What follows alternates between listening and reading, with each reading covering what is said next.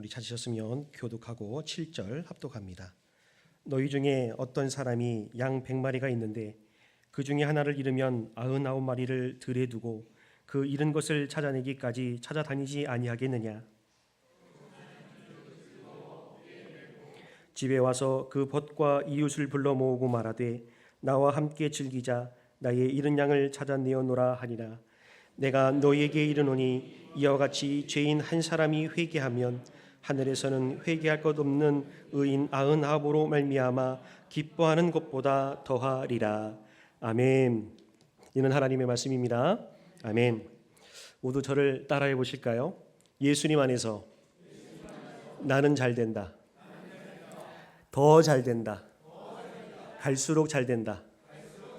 네, 한 번 더 해보겠습니다. 예수님 안에서 내 자녀는 잘 된다. 더 잘 된다. 갈수록 잘 된다. 네, 한 번 더 인사합니다. 예수님 안에서 우리 교회는 부흥한다. 더 부흥한다. 갈수록 부흥한다. 아멘. 성령의 능력으로 부흥하고 형통케 되어지는 운양교회와 저 여러분들 되시기를 간절히 소망합니다. 제가 운양교회에 부임하면서 놀란 게 몇 가지가 있습니다. 그 중에 하나는 바로 운양교회가 제가 현역 군생활 시절 때 신우회 활동을 했던 교회였다는 거예요. 까맣게 잊어버리고 있었고 또 후임들이 그 교회를 찾아달라고 이야기를 했는데 아무도 그 교회 이름을 모르는 거예요. 목사님 성함도 생각도 안 나고 교회 이름도 생각도 안 나고 그래서 언젠간 찾을 수 있겠지 하고 있다가 어떻게 보니까 지경에 있던 교회더라고요. 예, 그 사실을 알고 제가 후임에게 카톡했어요. 야, 교회 찾았어. 그런데 찾아달라는 후임이 시큰둥하더라고요. 그래서 저만 그 기쁨을 누리게 되었습니다. 또 한 가지는요. 제가 부임하기 전부터 많은 성도님들이 저에 대해서 너무 잘 알고 계시더라고요.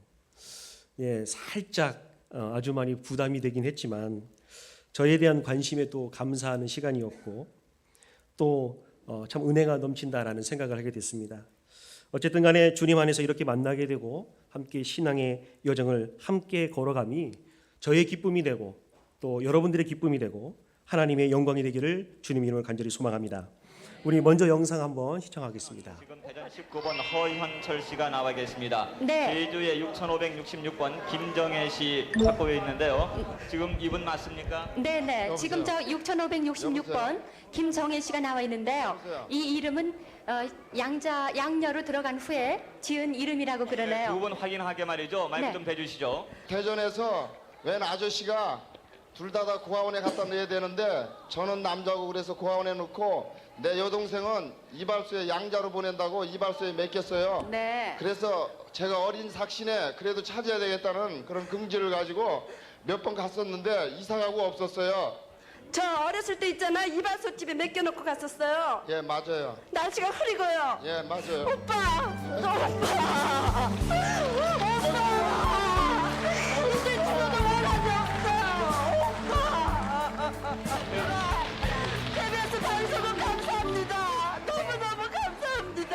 동생의 진짜 이름 좀 불러보세요. 네 동생 이름이 현옥이야, 현옥이. 네, 감사합니다. 네 이름이 현옥이라고. 이름도 모르고 김씨가 아니야, 허씨란 말이야. 알아야지 이름은. 오빠 이름도 모르고 걔도 이름이 있는데 이름이 정순이라. 네 이름이 현옥이란 말이야. 알았어요.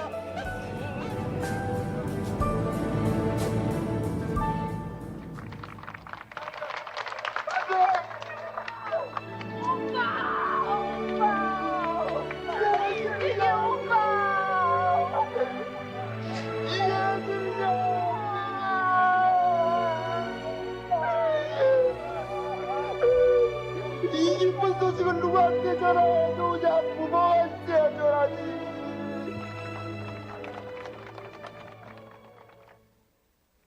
예, 사진 보여주세요.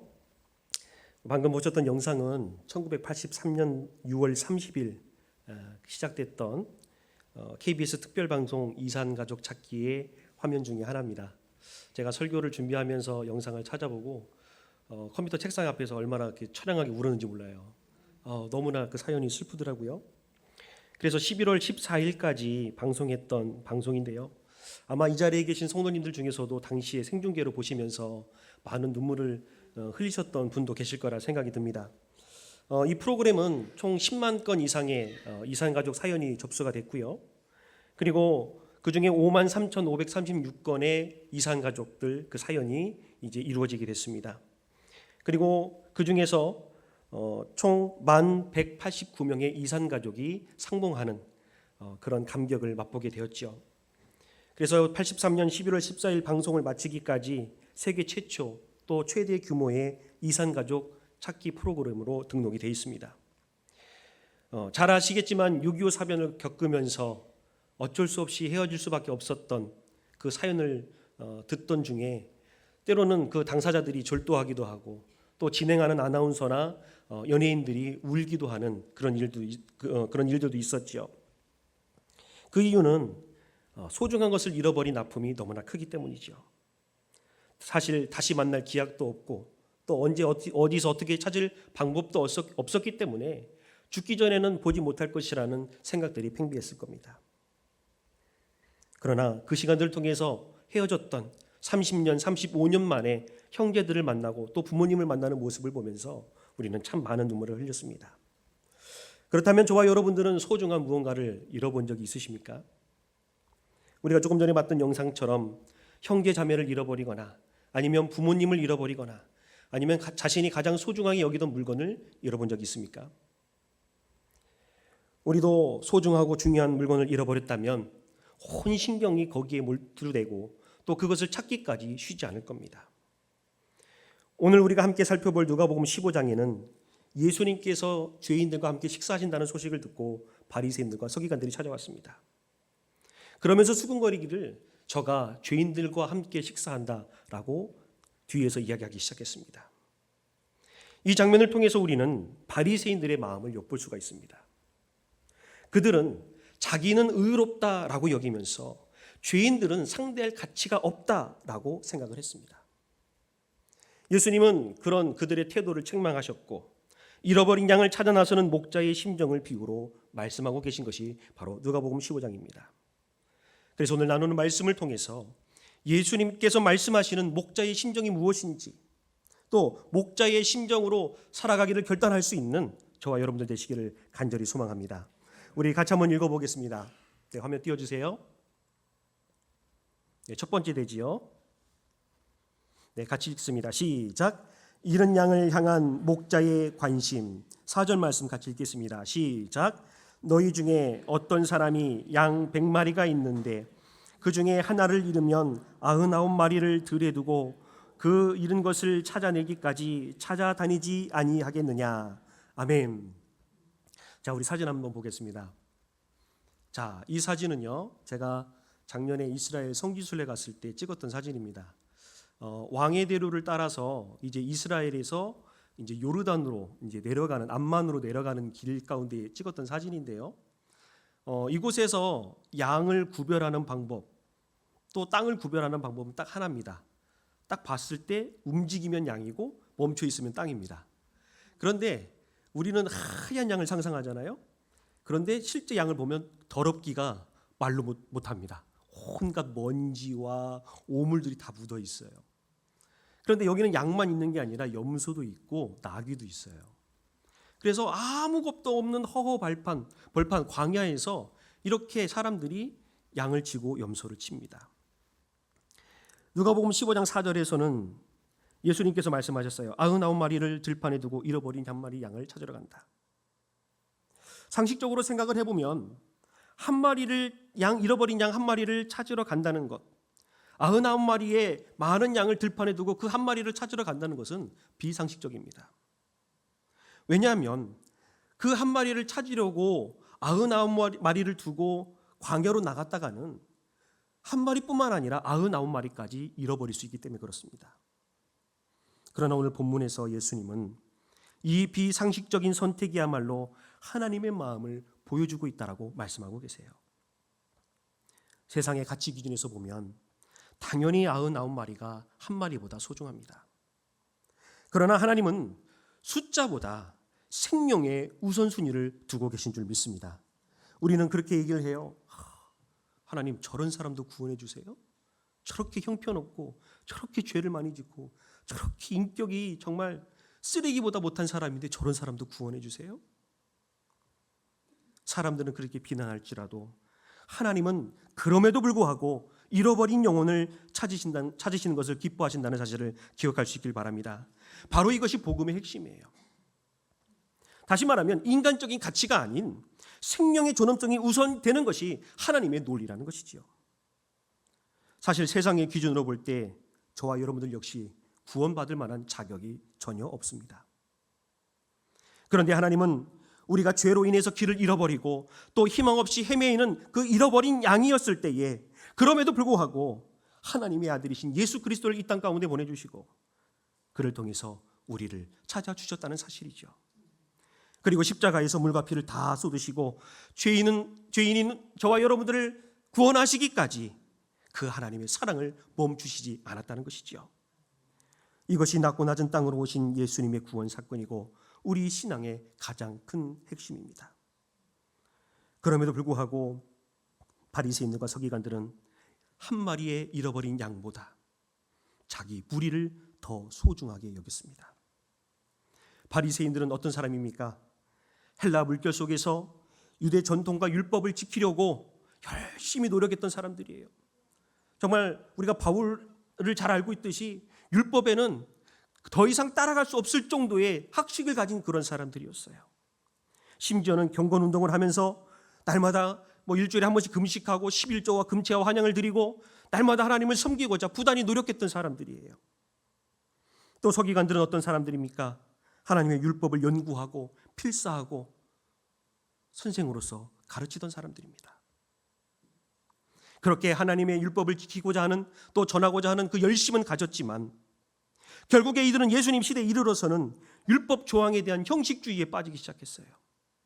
그래서 이렇게 저렇게 해야 된다. 율법에 없는 조항을 만들기 시작하면서 장로들이 유언을 만들기 시작했어요. 이들은 율법을 지킨다는 명목으로 스스로 거룩하다 여기며 세리와 죄인들, 자신들의 판단 기준에 봤을 때의 가치가 없는 사람들을 무시하고 멸시하기 시작했습니다. 그러나 예수님께서는 사람의 겉모습보다 잃어버린 영혼을 향한 하나님의 긍휼을 훨씬 더 중요하게 여기셨다는 것이죠. 그 결과 바리새인들은 죄인과 식사 규제를 나누시는 예수님을 보고 예수가 거룩을 훼손한다라고 비난했지만 예수님은 이 사랑이 그 식사 자리가 참된 거룩이라고 말씀하고 계신 것이죠. 마태복음 23장 15절을 보면 예수님은 바리새인과 서기관들을 향해서 심각하게 경고하십니다. 뭐라고 말씀하시냐면 너희들의 가르침이 오히려 하나님을 믿는 백성을 더 지옥 자식이 되게 만든다라고 아주 질책하세요. 왜 이런 일들이 벌어졌을까요? 하나님을 향한 열심도 있고 율법을 지키고자 하는 마음도 있고 경건의 모양도 있고 그렇게 살아가고 있는데 왜 예수님은 그들을 향해서 지옥 자식이 되게 만든다라고 그렇게 질책하셨을까요? 이유는 간단합니다. 바리새인과 서기관들의 관심은 잃어버린 양 한 마리에 있는 것이 아니라 자기 의의를, 자기 과실을 드러내는 데에 바빴기 때문이라는 것이죠. 예를 들면 그런 거죠.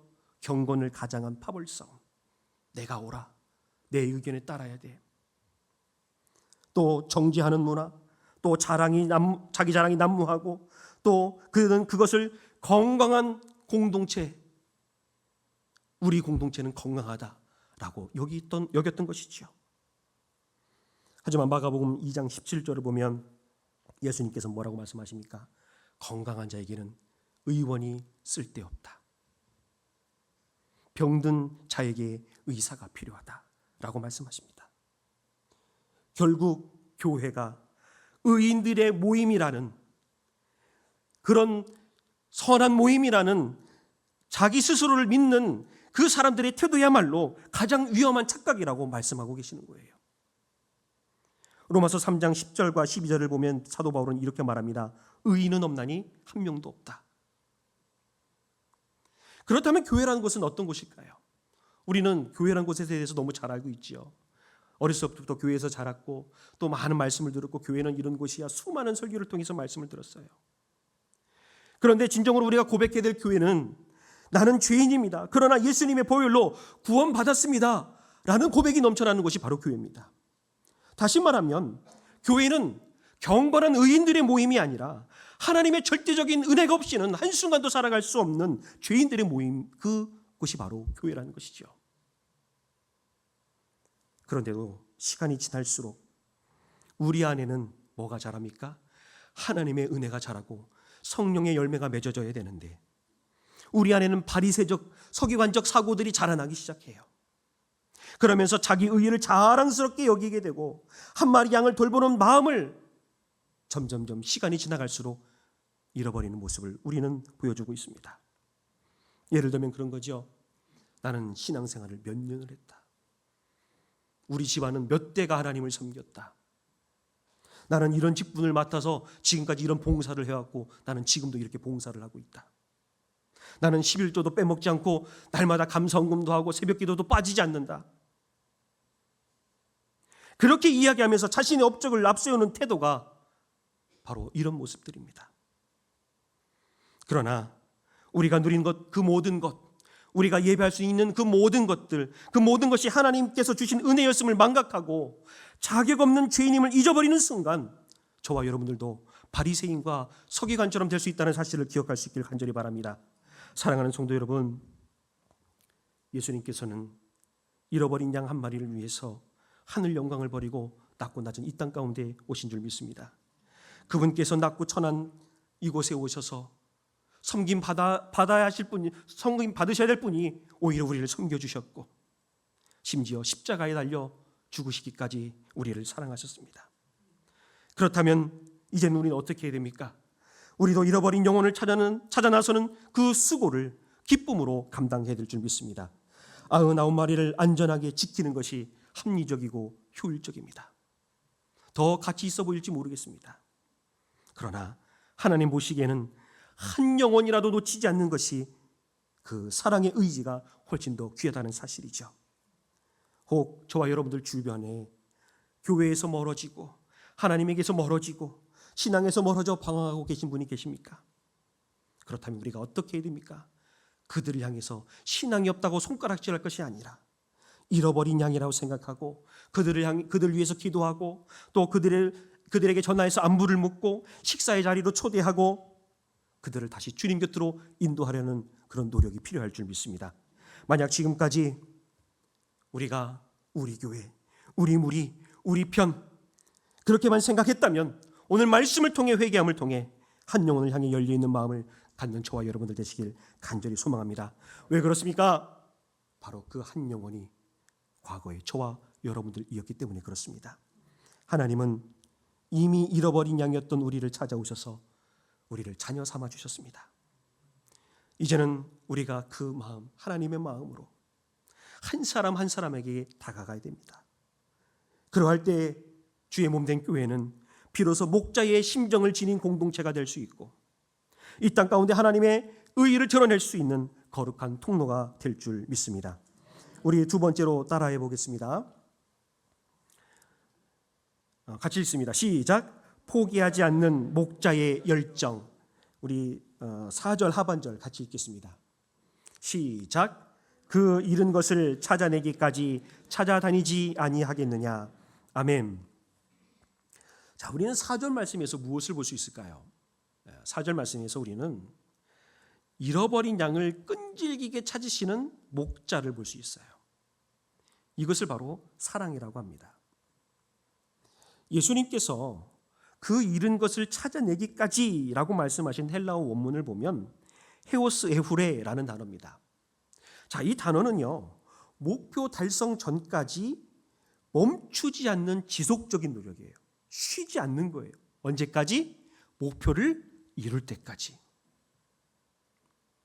다시 말하면 목자는 잃어버린 한 마리 양을 찾기 위해서 잠시도 쉬지 않고 혹은 중간에 포기하거나 한두 번 찾다가 안 되면 말아버리는 것이 아니라 오히려 환경이 어려워도 고달픈 상황이 온다 할지라도 시간이 오래 걸려도 목표가 달성될 때까지 끊임없이 찾아 나서는 자세를 말합니다. 유대 문화에서 함께 식사를 한다는 것은 그냥 밥 한 끼 먹는 것이 아닙니다. 함께 식사한다는 것은 뭐냐면 식사하는 사람과의 연합을 가리켜요. 그러니까 쉽게 말하면 너와 나는 하나라는 거예요. 친분이 없고 결이 맞지 않으면 식사 자리를 하지 않습니다.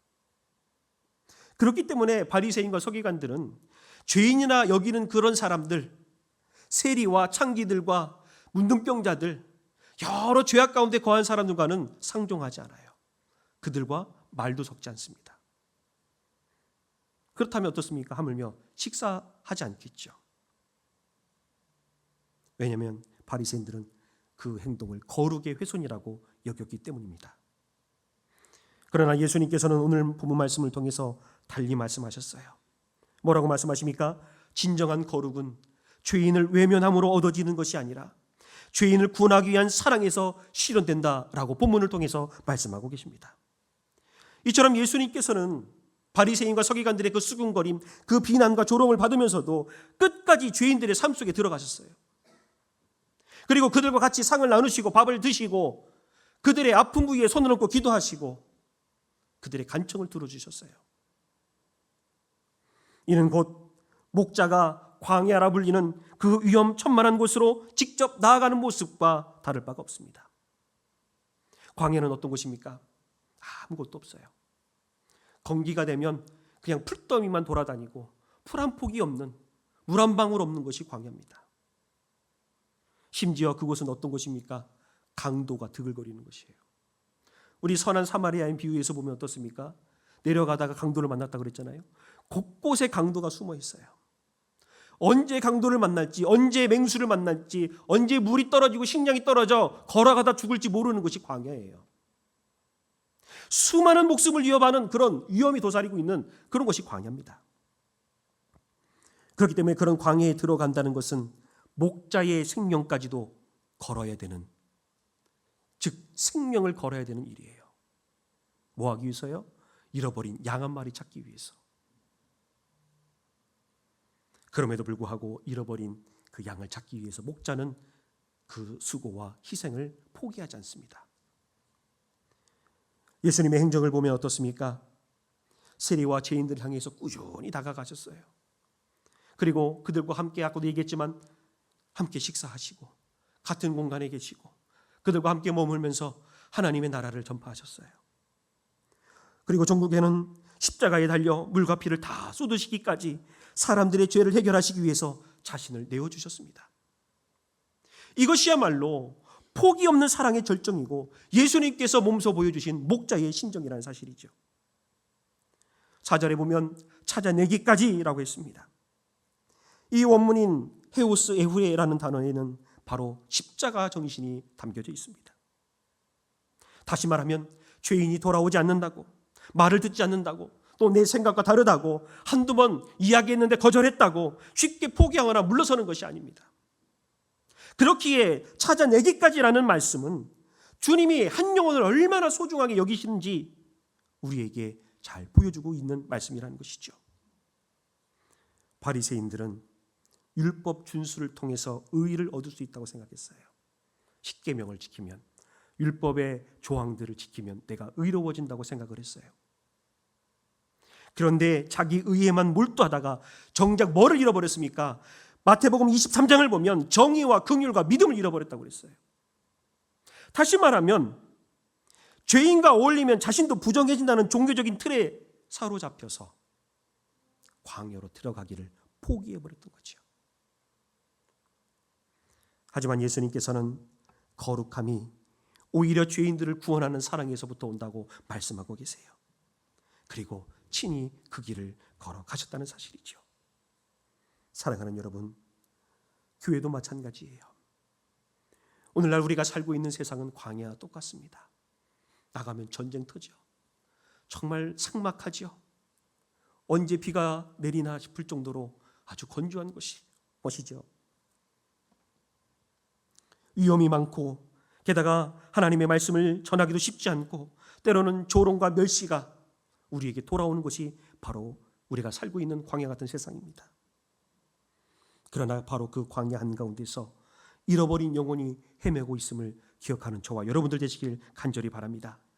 우리 주님께서 보여주신 대로 포기 없이 그 영혼을 찾기까지 우리는 끈질기게 기도하고 찾아 나서고 사랑의 손길을 내밀어야 될 줄 믿습니다. 하지만 현실적으로 이것이 우리에게 너무 큰 부담이 돼요. 물질적으로도 또 환경적으로도 육체적으로도 우리가 소모되는, 또 허비해야 되는, 허비라는 표현은 옳지 않지만 우리가 지불해야 되는 대가가 너무나 큽니다. 하지만 중요한 것은 뭡니까? 이 부담의 자리, 어려움의 자리, 광야의 자리로 저와 여러분들을 부르셨다는 사실이죠. 바리새인들처럼 우리끼리 모여서 거룩하게 지내자, 우리끼리 모여서 하나님을 열심히 섬겨보자, 우리끼리 모여서 하나님의 말씀을 강론해보자, 이런 태도는 결코 잃어버린 영혼을 찾을 수가 없습니다. 왜냐하면 진정한 거룩은 포기 없는 사랑에서 드러나기 때문이죠.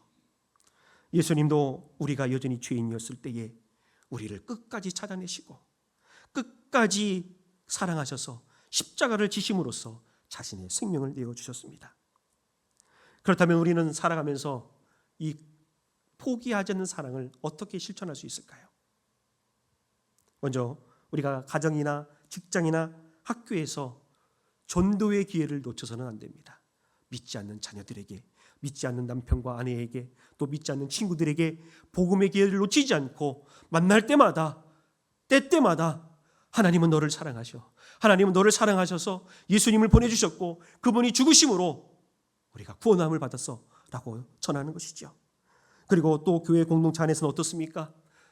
여러 가지 일들로 마음 아파하고 시험 들어 어려워하고 있는 사람들, 또 방황하는 지체가 있다면 내일이 아니라고 나 몰라라는 것이 아니라 적극적으로 찾아가서 위로하고 권면하고 보듬어 줌으로써 그가 신앙 공동체 안에서 건강하게 성장할 수 있도록 도와주는 것이지요. 또 교회 밖에 시선으로 옮기면 어떻습니까? 지역사회 가운데서 도움이 필요한 이웃들에게 도움의 손길을 내미는 거예요. 그렇게 광야로 뛰어드는 용기가 있을 때에 우리 주님께서 그 길 가운데 친히 동행해 주실 줄 믿습니다. 그렇기 때문에 포기하는 것이 아니라 찾아내기까지라는 그 예수님의 말씀, 그 말씀이 우리 주님께서 먼저 이루셨다는 사실을 기억하시고 오늘도 담대함으로 나아갈 수 있는 저와 여러분들 되시길 간절히 바랍니다. 그래서 예수님의 십자가 사랑이야말로 한 영혼도 포기하지 않으시는 하나님의 열심을 증명하는 사건이에요. 그 열심을 기억하면서 우리도 끝까지 달려나갈 수 있는 우리 모두가 되시길 간절히 소망합니다. 우리 세 번째 대제 한번 같이 읽습니다. 시작. 확대되는 목자의 기쁨. 자, 우리 본문 말씀 5절에서 7절 읽습니다. 시작.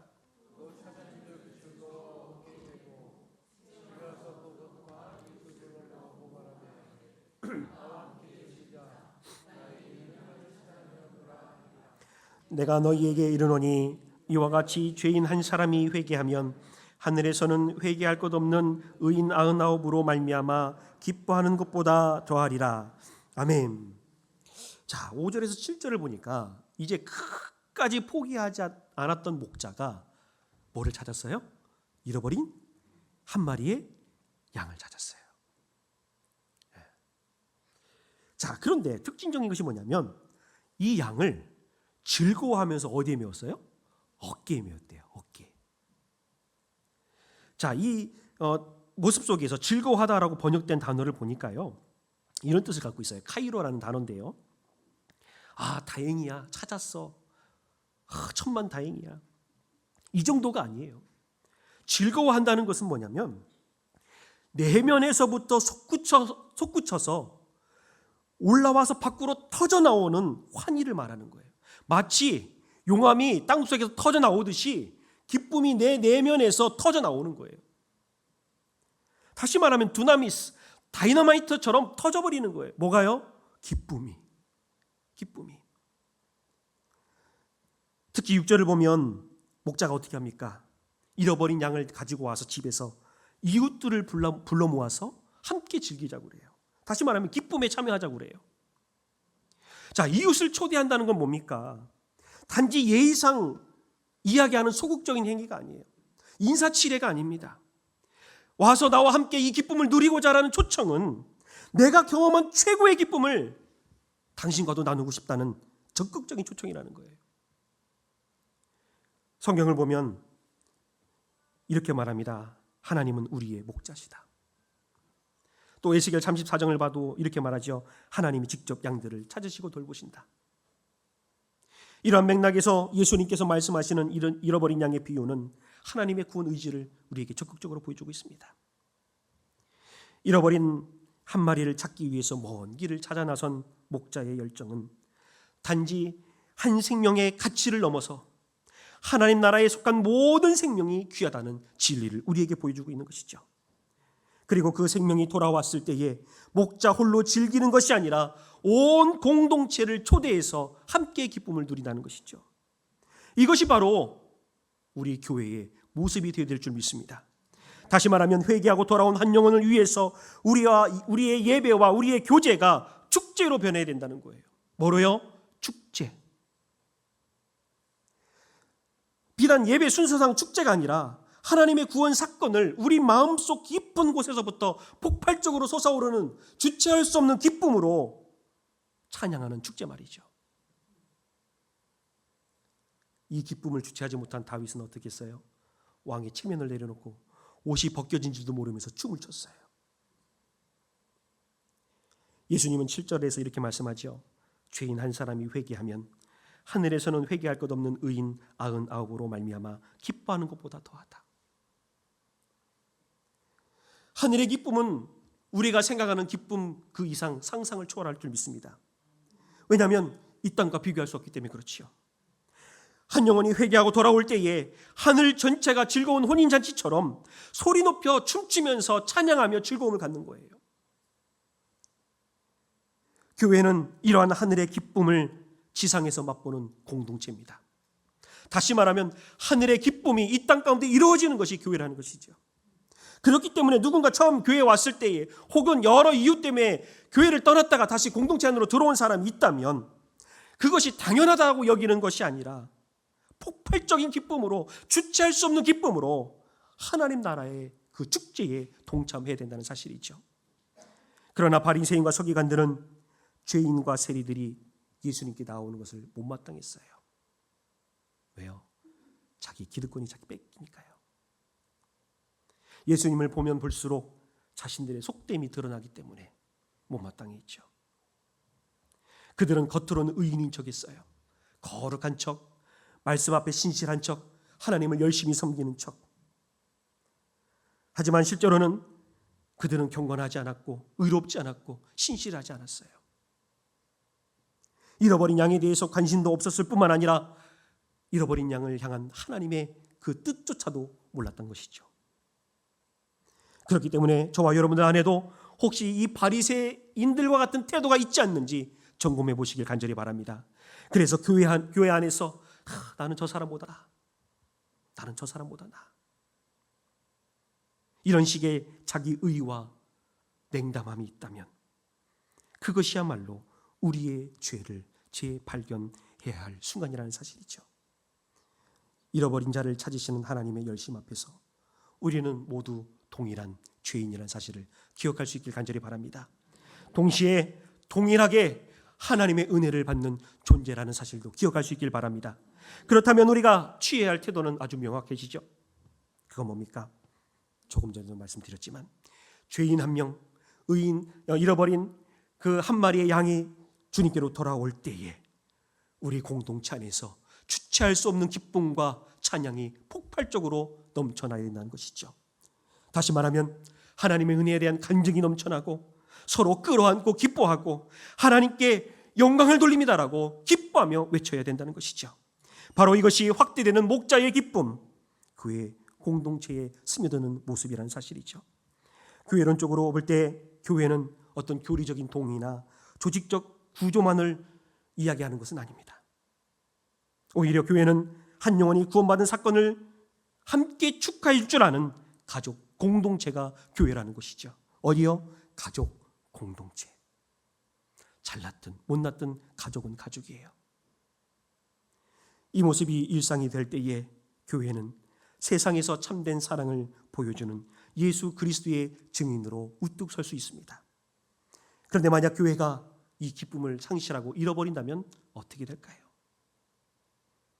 너무 뻔한 얘기겠지만 구원의 은혜는 잊혀지고 인본주의만 남겠죠. 더 본질적으로 얘기하면 교회 안에 바리새인과 서기관들만 득실득실하겠죠. 하나님의 은혜를 기뻐하기보다 자기 의의를 뽐내며 남을 정죄하는 곳, 그런 곳이 되어버리겠죠. 그렇다면 그런 교회를 통해서는 세상은 복음의 맛을 맛볼 수 없습니다. 따라서 우리는 어떻게 됩니까? 우리의 교만을 내려놓고 교회의 문턱을 낮춰야 됩니다. 교회 안팎에 있는 수많은 잃어버린 양을 향해서 늘 마음을 열어두어야 돼요. 혹 주변에서 힘들어하고 방황하는 사람이 있다면 그 사람들을 떠올리고 기도할 때마다 눈물을 흘려 기도해야 됩니다.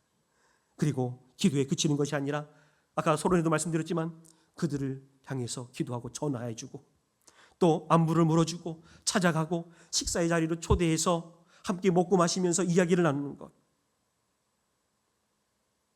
그래서 실제적으로 그들이 처한 어려움과 그 마음을 들어보고 또 필요하다면 물질적으로 정서적으로 도움을 줄 수 있는 사랑의 실천이 우리에게 요구됩니다.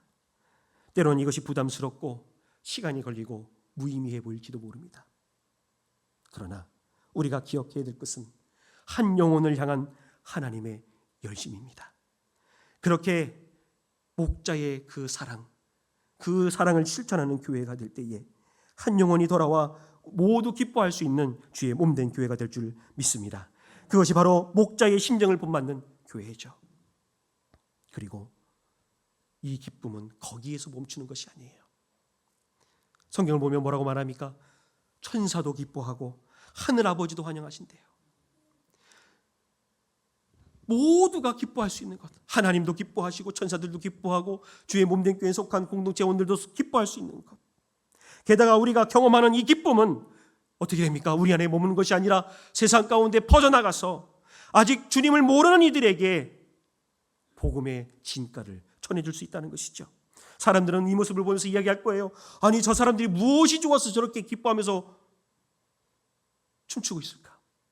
저들이 환경이 어려운데 무엇이 좋아서 날마다 이렇게 싱글벙글 웃고 다닐까? 이상하게 여길 거예요. 그렇게 여기는 자들에게 뭐라고 말할 수 있습니까? 하나님이 한 영혼을 찾아내신 기쁨이 있어서 나는 그것을 주체할 수 없어. 왜요? 드나미스, 그 기쁨이 폭발적으로 일어나기 때문에. 말씀을 정리합니다. 예수님께서 우리 한 사람 한 사람을 찾으신 것처럼 이제 우리가 목자의 심정으로 그 길을 따라가길 원하신 줄 믿습니다. 이제 저와 여러분들이 그렇게 살아가야 할 때예요. 99마리를 들여두고 한 마리를 찾아내기까지 포기하지 않으신 목자의 심정으로 한 영혼을 향한 끈질긴 기도와 끈질긴 관심과 실천, 그것이 이제 우리에게 필요합니다. 그래서 하나님 나라의 기쁨이 우리 교회 안에 또 우리의 삶 곳곳에 확대되어서 하나님의 은혜가 차고 넘칠 수 있는, 주체할 수 없는 기쁨이 차고 넘칠 수 있는 우리 운양교회와 주의 몸된 자녀들 되시기를 간절히 소망합니다. 우리 함께 말씀을 기억하면서 찬양하겠습니다. 하나님, 나에게 목자의 심정을 주옵소서. 내가 지금까지 바리새인과 서기관들처럼 강팍하고 교만한 마음으로 그렇게 살았다면 이제는 나를 구원하신 그 하나님, 그 목자의 심정을 깨닫고 그 주님의 마음으로 하나님의 기쁨, 교회의 기쁨, 세상의 기쁨이 되게 하옵소서라고 우리 고백하는 마음으로 찬양하겠습니다.